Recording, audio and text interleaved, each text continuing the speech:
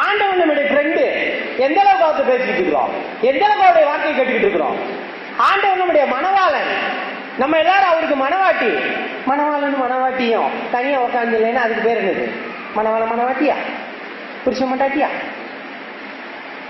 அது வாட்டுக்கு அந்த டிவியில அது ஓடுது, இது வாட்டுக்கு இந்த டிவியில இது ஓடுதுன்னு வாழ்றது வாழ்க்கையா? நாம் ஆண்டவரோடு தனிமையில அமர வேண்டும். நமக்கு பதிலாக இந்த காடியும் வச்சுட்டு இருக்கிற வேலையில வச்சுட்டு இருக்க கூடாது.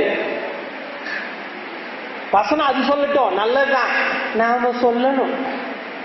வசனம் அது படிக்கட்டும், நல்லதுதான், நாம படிக்கணும். பாட்டு அது பாடட்டும், நல்லதுதான், நாமளும் பாடணும். ஆண்டவரை துதிக்கணும்.